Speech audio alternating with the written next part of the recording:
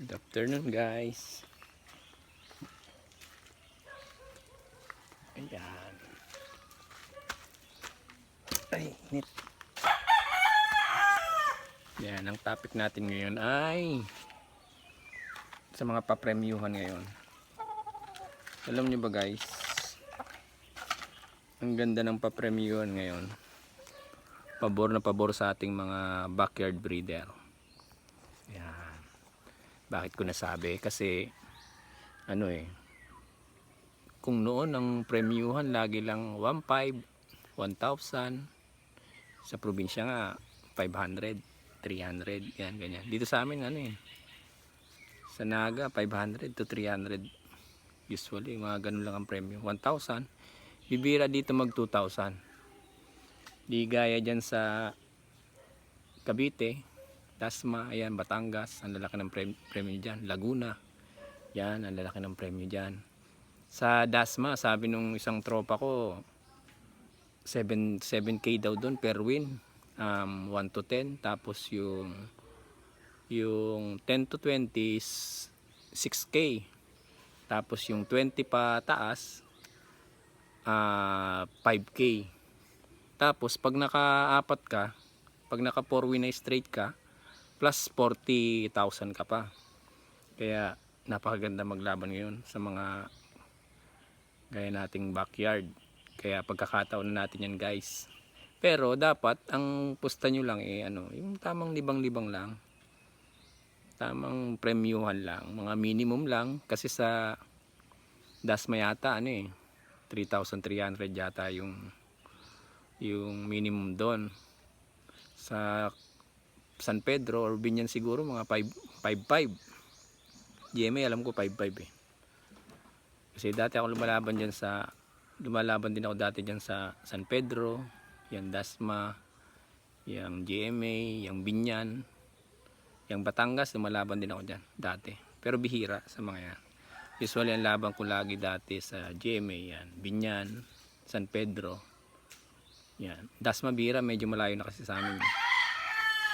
Yun lang. Ngayon, dito na ako lumalaban ngayon sa Bicol, kaya ang gagawin ko ngayon is mag-iipon ako ng mga panlaban natin guys. Konti pa lang yung ano ko,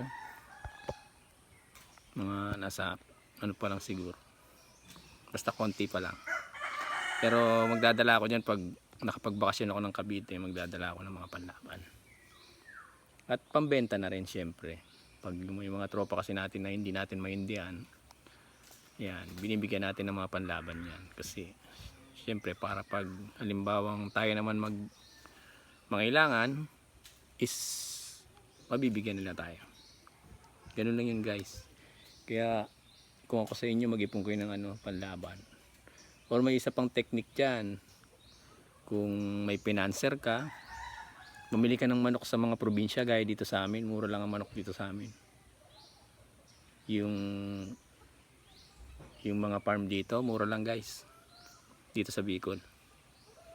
Yan, dito sa Naga. Basta dito sa parte ng Bicol, si Ruma. O kaya mga basta sa Naga. Ay, parte ng Bicol. Yan guys. Bigyan ko kayo ng tip, mura lang.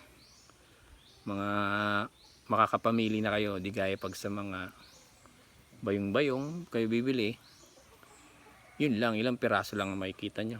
Di gaya dito, makapamili kayo ng gusto nyong palo, ng gusto nyong klase ng manok. Kaya mas maganda mamili sa mga probinsya, mura. Halimbawa makabili ka ng 1,500, so pag nilaban mo di 7,000, saan ka pa, di ba? O pag nakabili ka ng mga 10 piraso di 15,000 kung halimbawa. Ngayon ipalaban mo kung wala kang masyadong kung mapinanser ka rin naman, ipalaban mo. Ganun lang naman. Pero kailangan yung selection mo maayos. Yung pinagbilan mo maayos, saka yung kondisyon maayos, yung tari maayos. Para manalo ka, hindi yung laban lang, hindi ganun guys. Kaya, pero saan ka pa ngayon halimbawa maka 7,000 ka, tapos yung tres na minimum lang, di may 10,000 ka, isang paluan. Kaya mas maganda ngayon kaysa napaganda na rin pala sa online. sa tingin ko napaganda na rin sa online sabon na tinatag nila na yan para sa mga backyard. Basta wag ka lang magsusugal ng sagad-sagad, minimum lang, tamang minimum lang guys. So yun lang guys ang tips ko sa inyo.